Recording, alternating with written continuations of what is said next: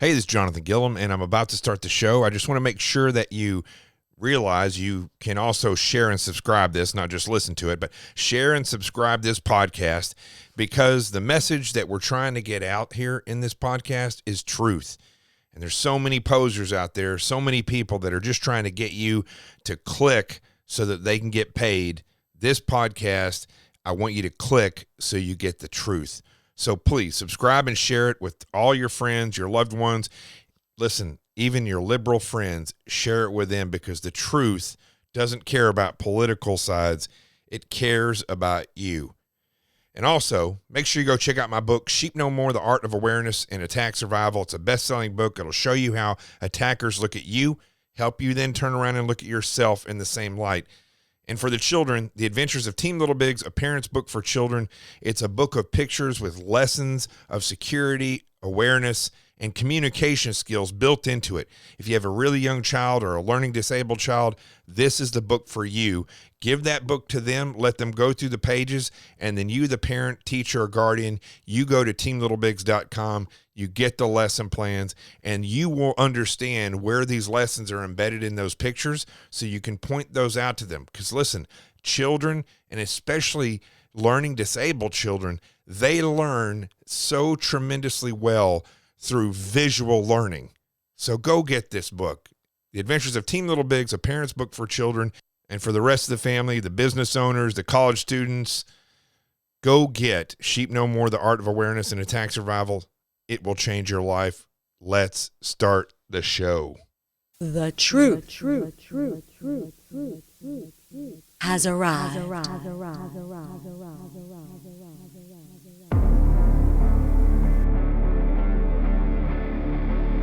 My name is Jonathan Gilliam, and this is The Experts.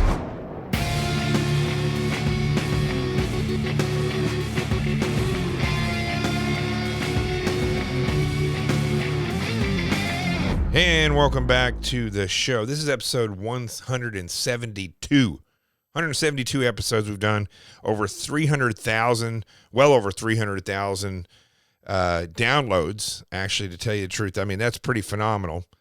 And some incredible reviews. And why? I mean, listen, I have some guests on here.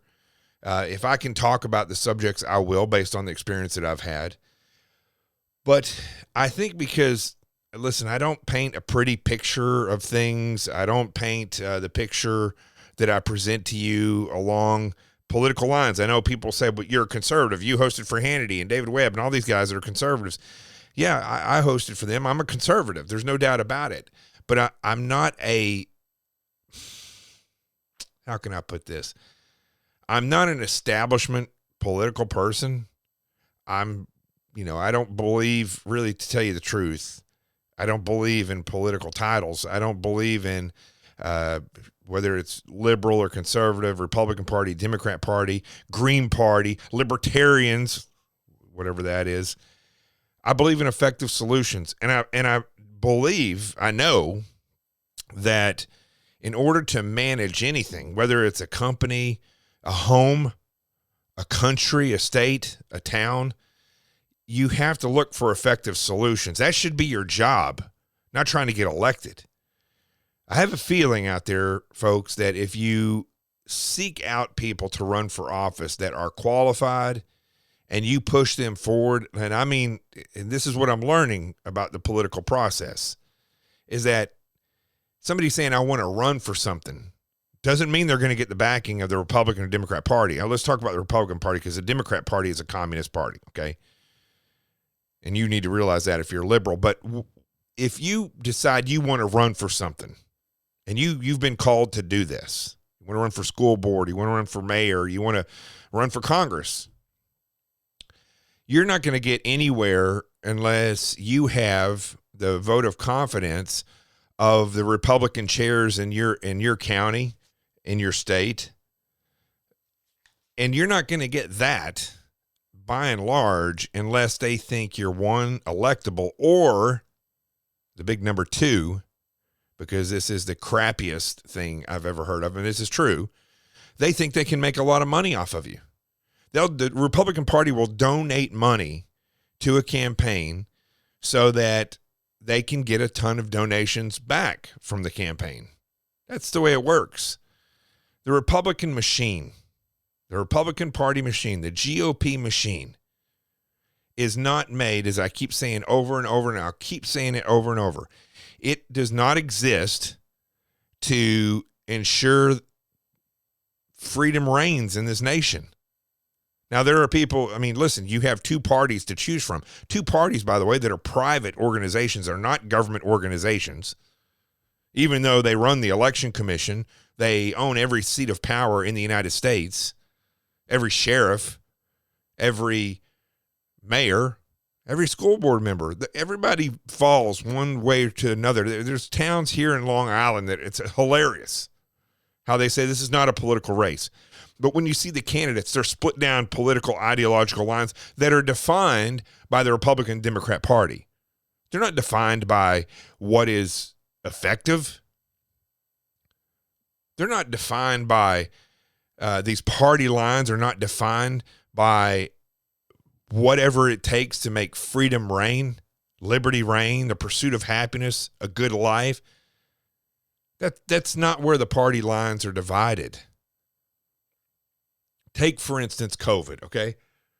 One of the reasons why we still, and I don't care what social media or any of these other, I know somebody from WABC in Bill Spadia, who's been on this show, and I used to be on his show, or I'm on his show every now and then, but also he hosts a show on television in New Jersey. But you know, this guy's a former Marine. He's a great guy, incredible, hardworking host. And the entire station got banned from Twitter because they did a report about some of the conflicts of the COVID reporting and how one of the schools in New Jersey was really just being completely stupid in the way that, and really megalomaniac in the way that they're controlling people. And still sticking to these incredible mandates, and you would think that this was back in last July, the way that this school's running. Well, they got the whole network, the whole channel got banned on Twitter. But listen, let's look at the reason I even brought that up is because let's look at who feels what when it comes to COVID. Okay, the mask mandate is perfect example of this. Do I think the masks and the way we wear them and the way that it's enforced is stupid? Do I think that the way that we socially distance is stupid? Yes, I do. I think it's stupid, right? But it's never been a hill that I've chosen to die upon. I was in the airport recently, and I was at Starbucks in the airport, and they had these, you know, the dots on the floor that say stand here. It's like 6 feet apart. Well, these geniuses had the line, you know how it loops back and forth so you get more people in a small area. I can't touch the person in front of me because they're 6 feet away, but I literally could breathe in the ear of the person to my right. Same thing when you go through the security line. They want you to keep a distance, but the way the line snakes around, you could reach over and slap the person right next to you, let alone give them COVID. So I think a lot of this stuff is smoke and mirrors because that's the way the government works. And that's the way, quite frankly, the government controls people, is through smoke and mirrors. Do I think the virus is real? Absolutely. I think it's man-made, personally. Having had it, it's not a natural thing. You can feel it in your body. It's like putting a nail in your mouth versus an ice cube. You can just feel the difference. And I believe that however, you know, listen, we can just push off to the side how it came about and whether it's real or natural. It's really the way it was handled is what's killed so many people. The way it's been handled. Just absolutely terrible. And what's interesting about it, though, is how people feel about the masks, for instance, what I was bringing up. You can guarantee that when somebody's walking down the road or rebelling against not wanting to wear the mask, they're conservative. They vote Republican. And the other people on the left that are the absolute mask Nazis that will wear it in their car when they're all by themselves. And, you know, it's those people are leftists. They're Democrats. It's evenly divided, and their anger is palatable on both sides. In some cases, not even because they understand freedom, it's just because they hate the other side, and this is what their side told them it should be. So I don't really have, to be honest with you, I don't like the political parties. I don't like the labels of conservative and liberal or libertarian or whatever. We need effective solutions. We need effective leaders. And unfortunately, in the Republican Party, you're not going to get that. You're not going to get people who are insisting like there's some incredible people out there who really do get it now, and they're running for things like school board, right? Trying to bring shop back into the schools. Why was shop ever taken out of schools? Why was home economics, where you teach kids how to be parents? Why was that taken out of school? Gun safety used to be taught in school. All that's taken out. I remember back when I was in school, all the girls would be carrying around eggs like they're children so they could learn how to take care of something. That's not taught anymore. FFA, Future Farmers of America. I didn't even know if that exists anymore. There's people who get it, right? Those are the people that you want in there. But the Republican Party doesn't get excited about him unless they think that they can get airtime or on the radio or TV, or unless they think they can make some money off of it or get a lot of publicity. The Republican Party doesn't do anything to educate people about the Constitution. They don't do anything to rally people and offer buses for people to go vote or take people here. They don't do any of that stuff. They really do very little for people who want to run for office, which is completely different than what the Democrat Party does. The evil Democrat Party that just promotes control, that promotes anything that denies you freedom at this point. The Democrat Party that promotes socialism and communism and globalism and lies straight to your face. You know what they do? They go out and they teach people. They put on classes. They go get buses and bring people there. They will start a riot, a protest, a rally, and they will organize it anywhere in the United States. Probably better than any federal agency could rally something up like that. It's what they do. And they're very effective at it. They're not effective at leading. Look at Joe Biden. Look at Nancy Pelosi. Look at Chuck Schumer. But they're very effective at forcing people to do what they want. That's what they're very effective at.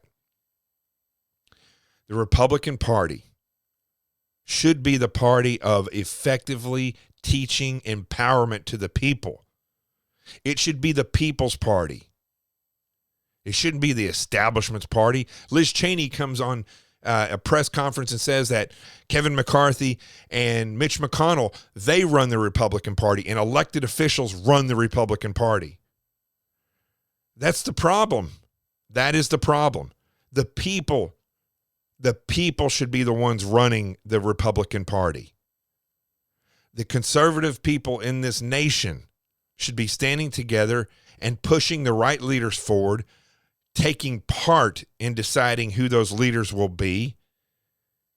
And then when it comes time for them to need to have money to run a campaign, we should be the ones paying for that because we believe in that person. We don't need a political party to do that. We need ourselves to be involved.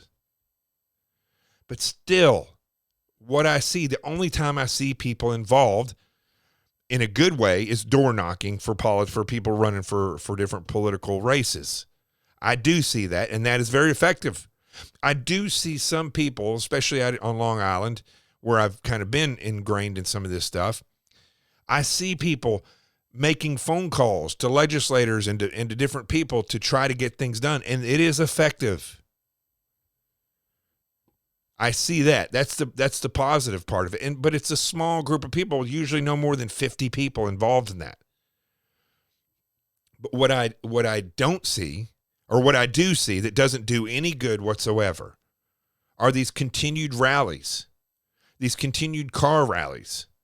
Look, I'm really happy that people are proud to be patriots, But it takes more than just out there showing that you're proud. It reminds me of paintball or airsoft, even better.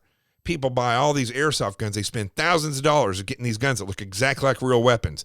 They go and buy all the uniforms that they wear in the military, backpacks, everything.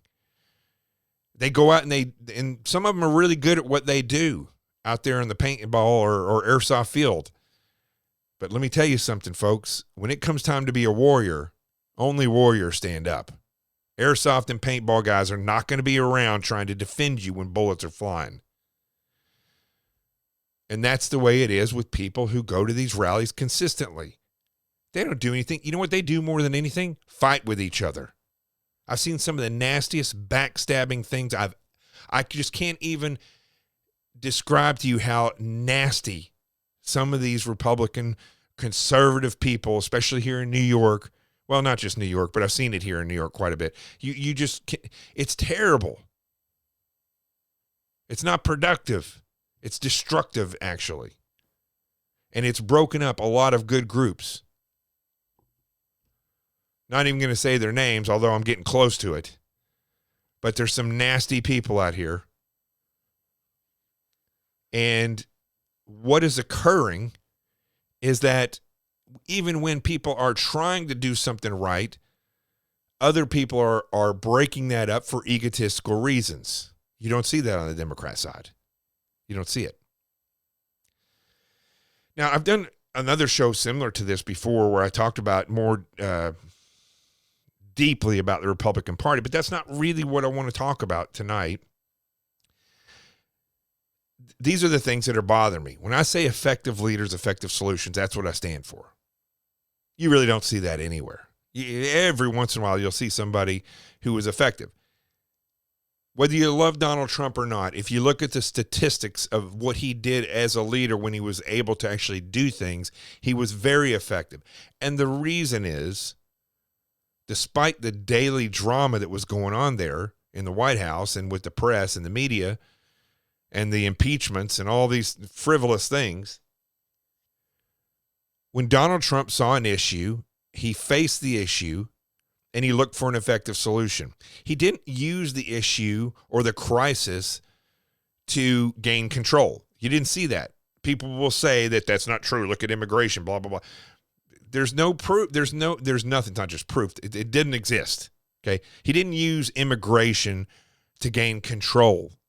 He saw that there's an immigration problem and he maneuvered to create effective solutions for that problem and to herd the immigrants into a legalized type of immigration. Now, the problem with President Trump is that he chose swamp people to work in his cabinet when he said he was going to get rid of the swamp. And the swamp is really one of the things that did him in and kept him from being more effective, was the people that he appointed, because he bought into the fact that, he bought into the lie that these people are, well, they're Washington, D.C. They must know where they're recommended. They were a general. So what? Doesn't matter. People at the highest ranks in Washington, D.C. should never be trusted. They only get to that position because they're pulled up, not because they climb the ladder. They get pulled once they get past a certain position. They are pulled to the top because they want people like them up there. So when President Trump was doing all these great things of facing, he was doing the one great thing that he was doing was there was a crisis. He would face it and look for an effective solution. And if you look at the presidents before Donald Trump and now Joe Biden, what you see are presidents that use crisis to gain control. I mean, it's blatantly evident. If you were to take away all the impeachment stuff and all the drama every day, and you just look at what Trump did, you will see a man who took a job, and when a crisis arose, he looked at that crisis and he said, what can we do? But the people that he put in there were just like the Democrat Party or the establishment Republicans. George Bush was no better than Barack Obama at doing anything effective. He didn't do anything effective. So if you really do want to see the reality of what politicians are all about in Washington, D.C. and around the nation, look at before Trump and after Trump as opposed to when Trump was in office. And what you will see is that every single person that takes advantage of these crises, they do it for either ideological reasons of control or because they want to stay in office, and that's the way politicians stay in office. They don't do, which is crazy, they don't do effective things to stay in office, which is why I would reelect somebody. They don't do that. They look for ways they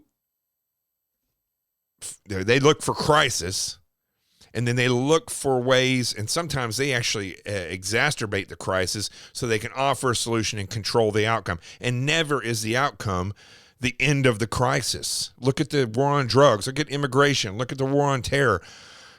Look at the Cold War. None of these things were solved. They were just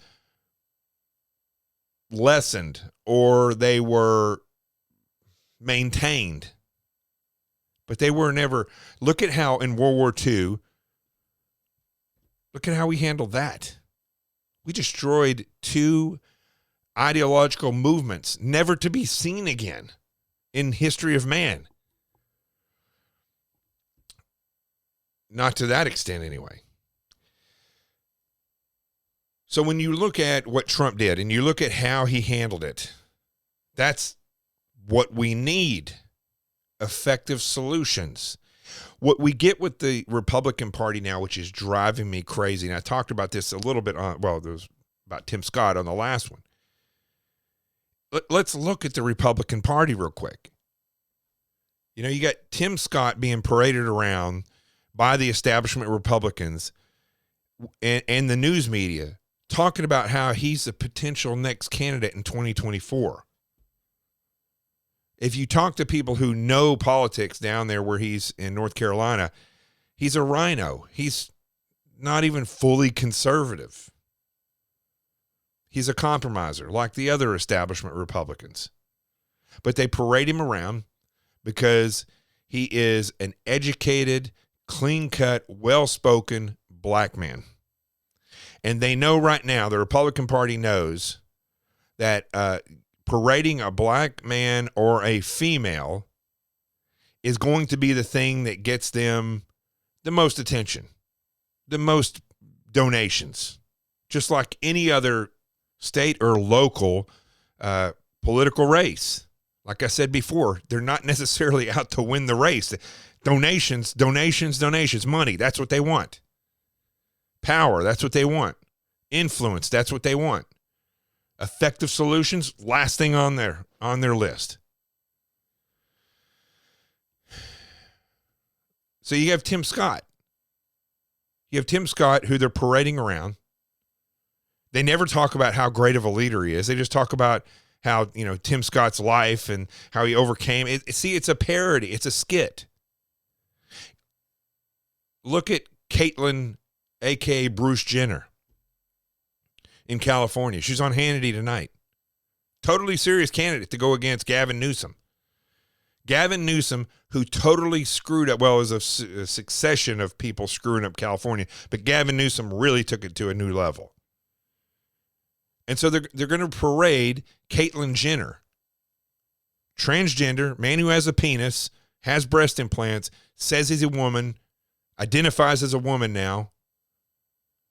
Obviously mental issues there. I don't care what anybody in the medical industry says now.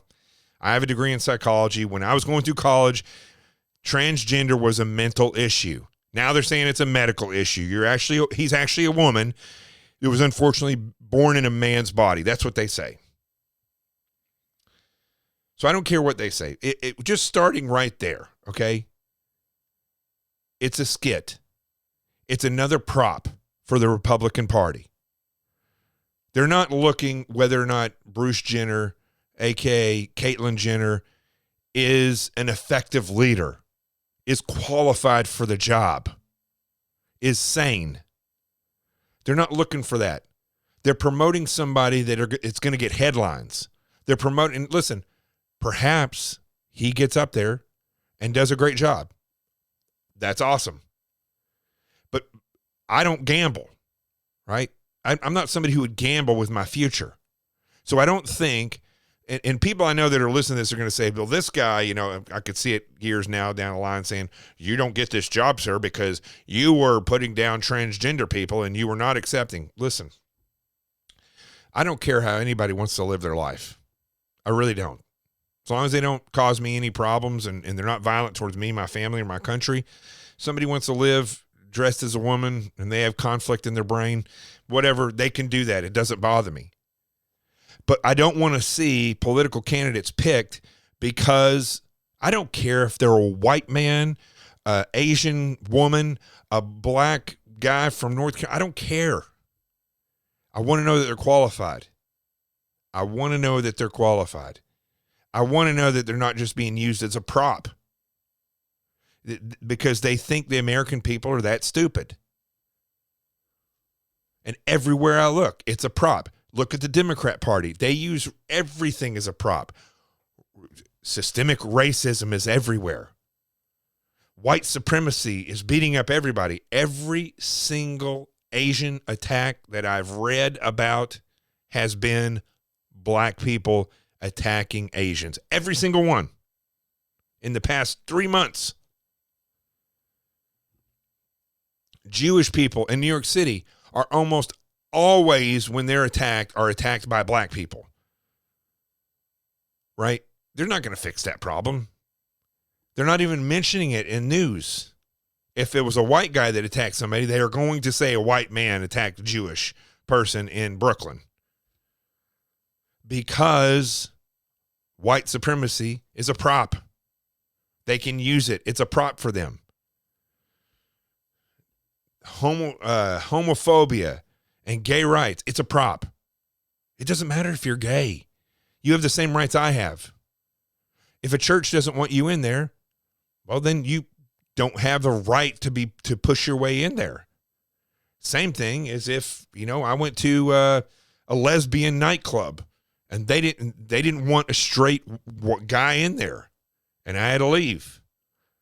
I'm not going to go, you know, take them to court so I can go hang out in a gay nightclub where, quite frankly, I have no reason being in there. It's their right. I'm not going to try to make them like me, make them love me, make them accept me. If they don't want me there, I don't go there. But that's not, see, that right there is a prop that the left can use in their political struggle to get to the top of the food chain so they can control everything. And the sad part about this is that there's people that buy into this. Tonight on Twitter, I put this out on Twitter. I said that I put it on all my social media, but on Twitter, that's where the majority of the leftists are. And I tweeted out, you know, LeBron James. LeBron James, the guy just loves to come out there and just continuously acts like, you know, the guy's only in his 30s, by the way, but he continuously comes out there and says stuff on Twitter in support of black people, you know, like LeBron James is some wise sage and people that are left buy into what he says. But if you read what he says, the majority of stuff that he says, it's just stupid. And it doesn't do anything to promote unity or equality. Like, for instance, just the other day, he puts out, protect our young black women and men. And then all these emojis. That was, and with an exclamation mark, that was his thing. So I said, you know what, this is what I tweeted. I said, I'll finish your empty statement for you. Protect our young black women and men by teaching them to the color of skin does not define a person. Teach them morals, ethics, the importance of hard work, and a deep understanding of God and self. This is how you protect all young people. LeBron James is a product of indoctrination, and he's a willing participant on the left. But what I tweeted, somebody came back at me after I tweeted that. I guess because he told me to go kill myself. So I think that I didn't complain about it because I don't care. It doesn't bother me. But I guess somebody else did. So his tweet got taken down. But this guy comes back and he says, Well, tell yo people, change every law and common law and institutional racist policy that's in place in every job, infrastructure, etc. of America. Then we can talk. Tell them kill yourself. That's what the guy writes. And this guy apparently says he's a trader and investor, works for REI. He's a future aircraft A&P mechanic. Okay, good. Got a lot. I mean, he's got big 14 followers there on Twitter. But the reason what I came back with that after he said that or tweeted that out is that, and I wanted this to be a lesson, right? I knew he wasn't going to get it, but I wanted everybody else to see this, is that institutional racism flourishes not where hate exists, but where people believe they are limited solely based on the indoctrinated institutional lie of perpetual division created by the left. Let me read that again, okay? Because I want you to realize what I'm saying here. Institutional racism flourishes not where hate exists. See, that's where most people believe institutional racism, which the left always just continuously throwing that out there. Institutional racism. America was born through institutional racism and racist founding fathers, yada, yada. And they tell these people all these things, right? They teach them helplessness, teach them victimhood. The reality is that institutional racism doesn't flourish where hate exists.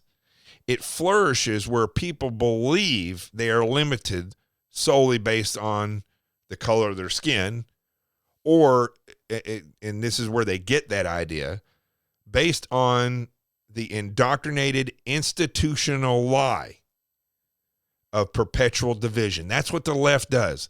They indoctrinate people with this institutional lie, just like in prison. You know, you go to prison, you go to boot camp, for instance. Marines, they're the best. They're the most affected by this. By the time when they go into boot camp, Marines, they're just a normal citizen. By the time they get out of boot camp, they are a killing machine that will charge a hill when told to charge a hill, no matter what. They could be the worst play in the world. They're told to charge a hill, they'll charge it because they've been institutionalized, and we need that. We do need warriors like that are like robots. Turn them on, push them in that direction, and they go and they do whatever they've been trained to do, right? But that same mindset, that same type of training is what I call indoctrinated institutional lies and the lie of perpetual division, that there will always be division. You're black, so you're going to be hated and you're going to be put down. You're gay, so you're always going to be persecuted, and so on and so forth. Those are indoctrinated institutional lies of perpetual division. And those are all created by the left. They're all created by the left. And, of course, he came back not happy about that. But this game that's being played on everyone, and that the Republican Party is stupidly embracing, is what's going to be the downfall of this nation. And it's a continuous prop.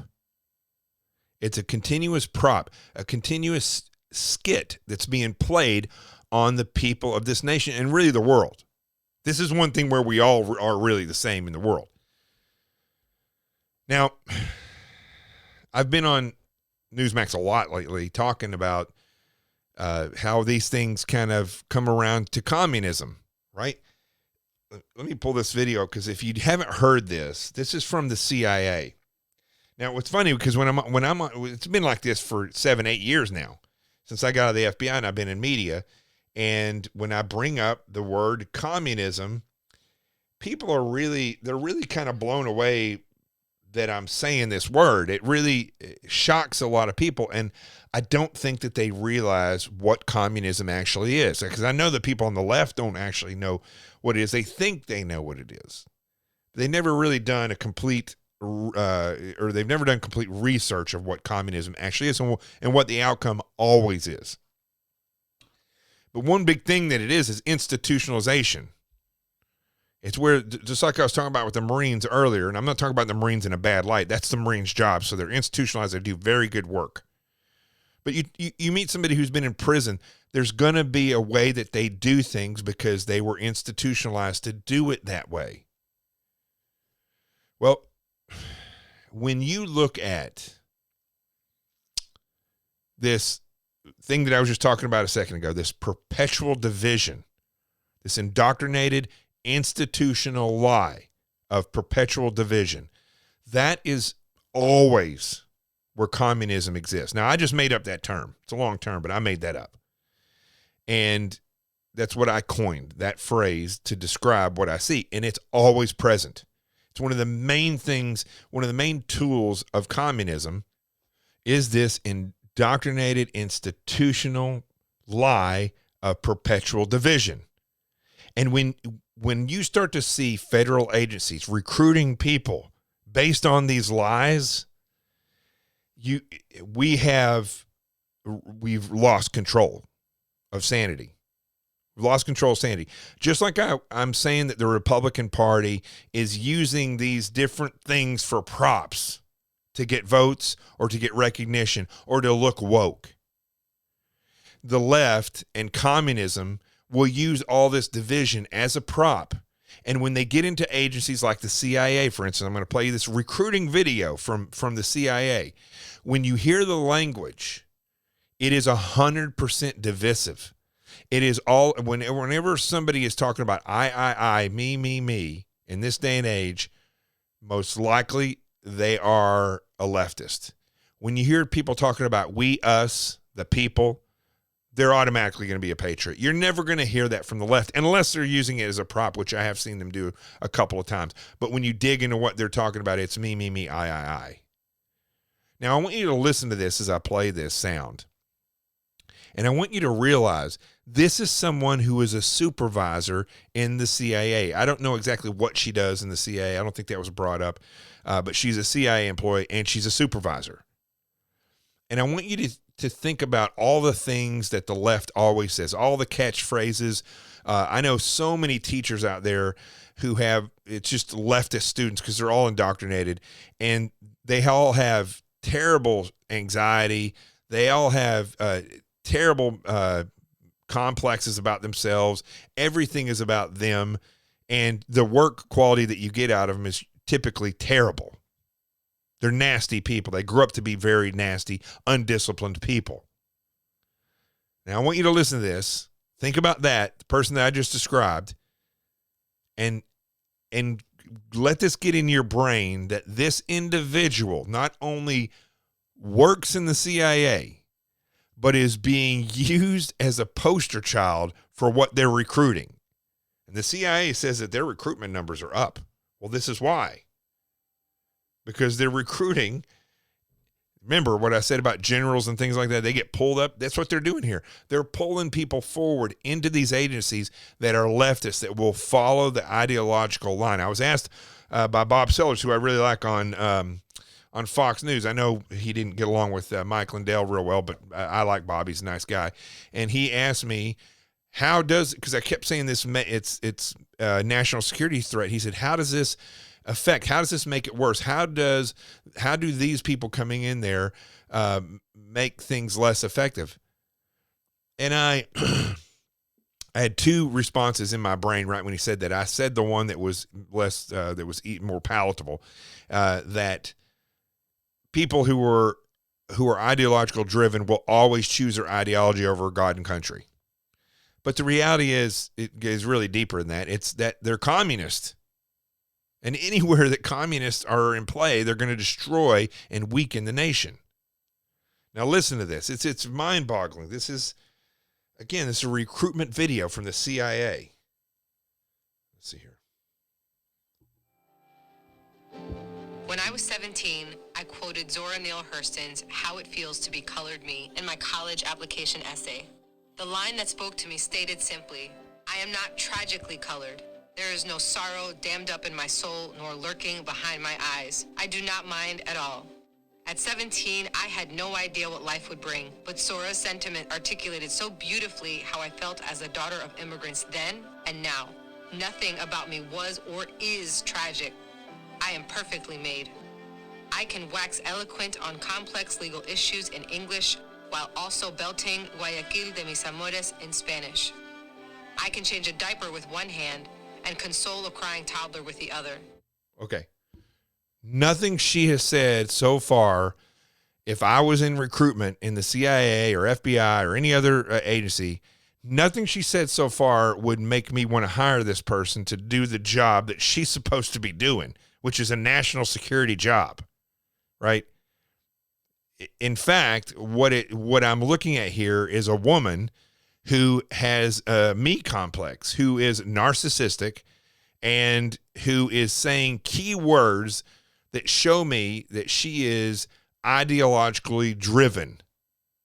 Ideologically driven. And I'm talking about the left. I'm talking about an ideology that is going to cause, at the very least, drama wherever she goes. But keep listening to this because it's going to get worse, okay? I am a woman of color. I am a mom. I am a cisgender millennial who's been diagnosed with generalized anxiety disorder. Okay, if I was recruiting, she'd automatically be out, okay? For one, she's more, nowhere in there has she said, I'm a proud American, I'm a patriot, I want to serve this nation, I understand national security, I'm not afraid to go the distance for the nation. I know I have family, but when it comes to the job, I'm going to make arrangements. I'm not saying my family would come second, but I'm going to make arrangements to make sure my family is taken care of so that I can concentrate fully on the career path that I have chosen, and they're aware of that. I'm not afraid of the hard job. I want to do a hard thing for this nation. You didn't hear any of that. Let me play that part again. I don't even know what these gender roles are. Listen to this. I'm a woman of color. I am a mom. I am a cisgender millennial who's... She defines herself by her color, which I thought we were getting away from in this nation. She's a mom. Okay, that's great. That I can give her. And that's one thing that I would look for in somebody to hire. Or is she a good mom? That's where I would peruse that and say, what is your idea of raising a child? How do you raise a child? What do you think is the most important things you can teach a child? Those are answers that would weigh heavily on a decision as a recruiter. But then she starts talking about her gender. She's a cisgender. Please, somebody write me and tell me what that is. I'm not even going to waste the time looking it up. She's a Latina, by the way. But now she's not defining herself as a Latina. She's defining herself as a woman of color. She later defines herself as a Latina. But she also says right here, diagnosed with generalized anxiety disorder.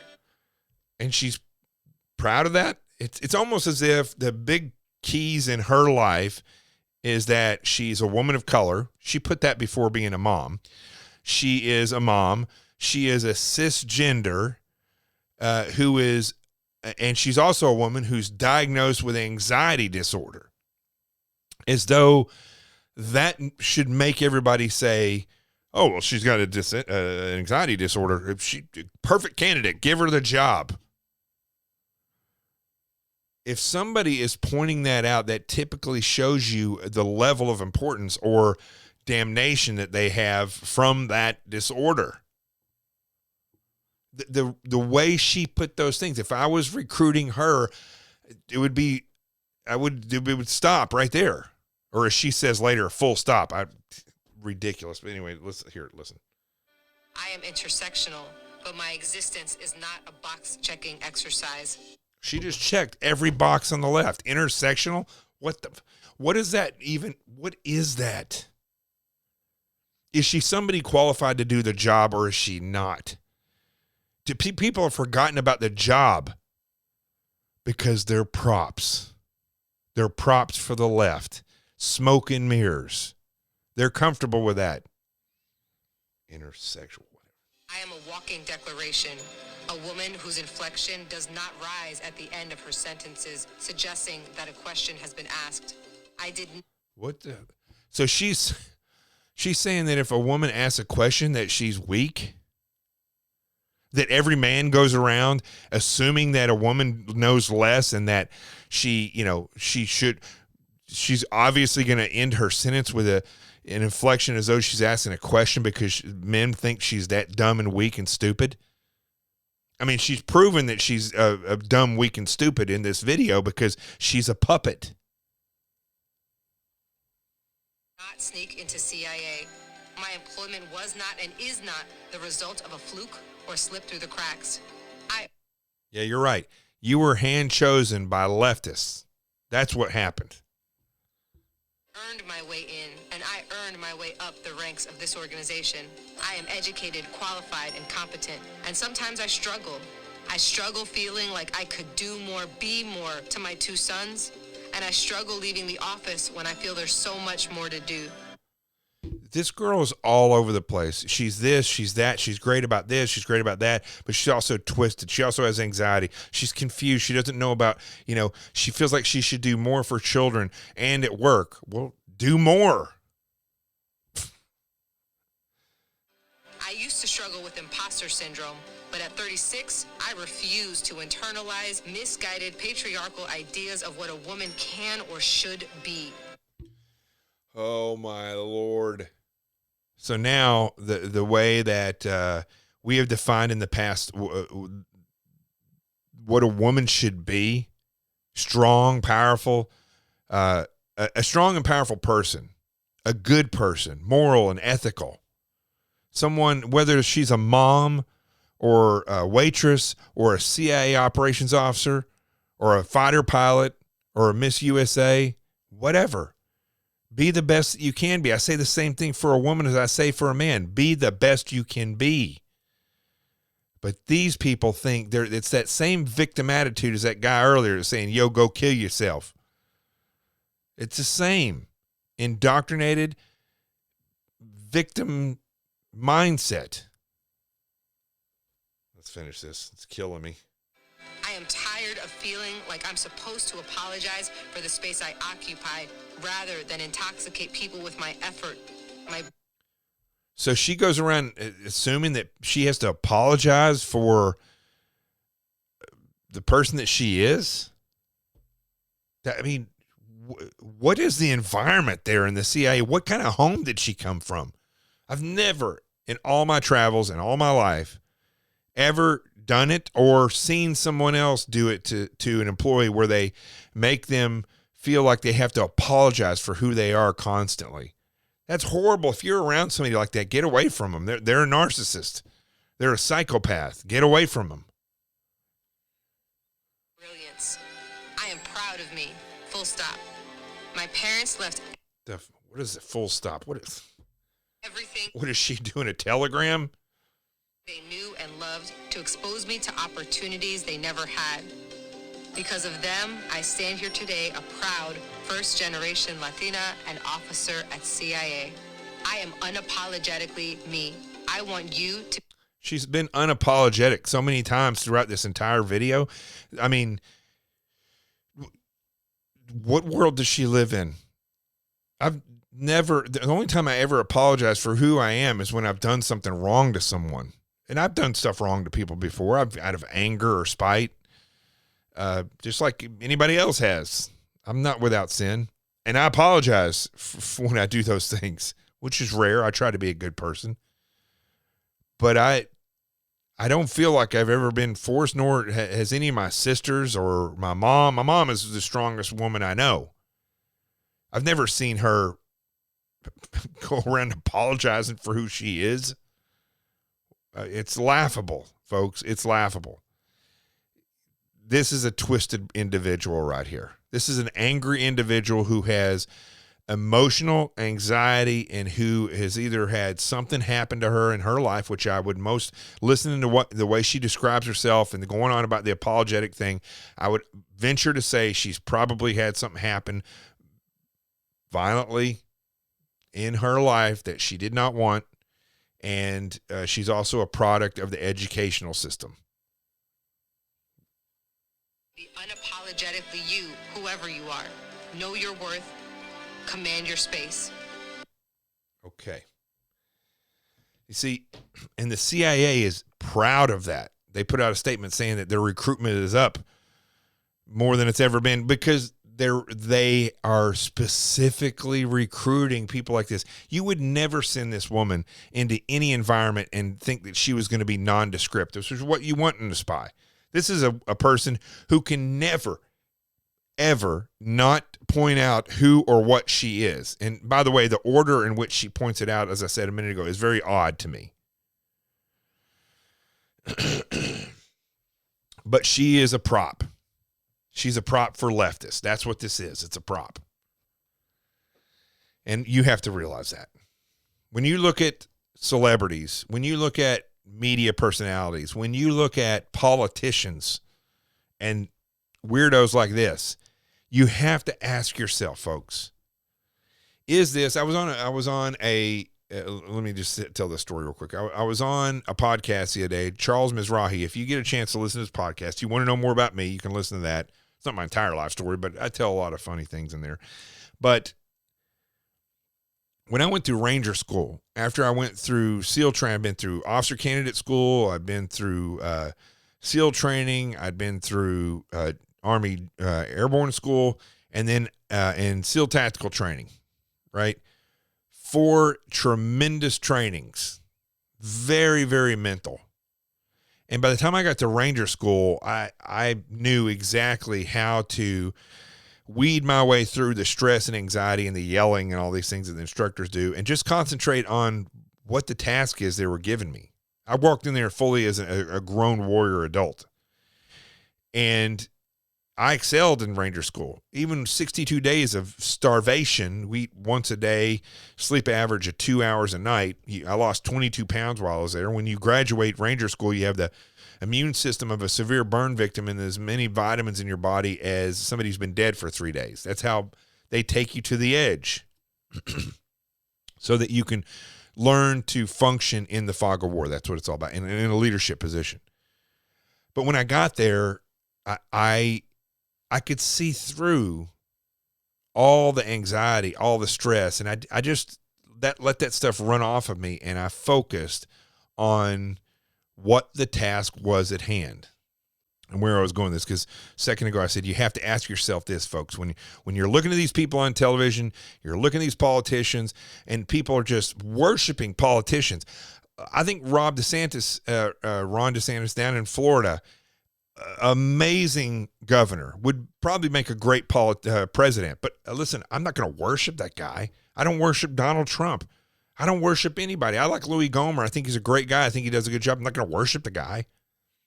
They're leaders. They're supposed to be. They're no more than managers in a company. They are managers of a part of a state or the nation. They should be held to the highest standard, very critical. The last thing you want to do is worship somebody who's in a position to make your life better or worse. They should be held to a standard, and that's it.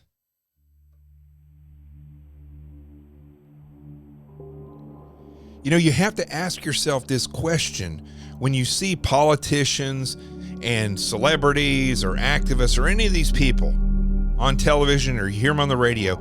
You have to ask yourself, who are they? Am I being used as a prop? Remember what I always say about when I went through Ranger School, I'd already been through Officer Candidate School, I'd been through SEAL training, Airborne School, SEAL Tactical training. When I got to Ranger School, I could see through the clutter and just focus on the task at hand. Are these people, whether you're a Democrat or Republican, liberal or conservative, are those people that are promising you things, are they using you as a prop? I'm Jonathan Gilliam. This is The Experts. The truth has arrived. Peace. I'm out of here.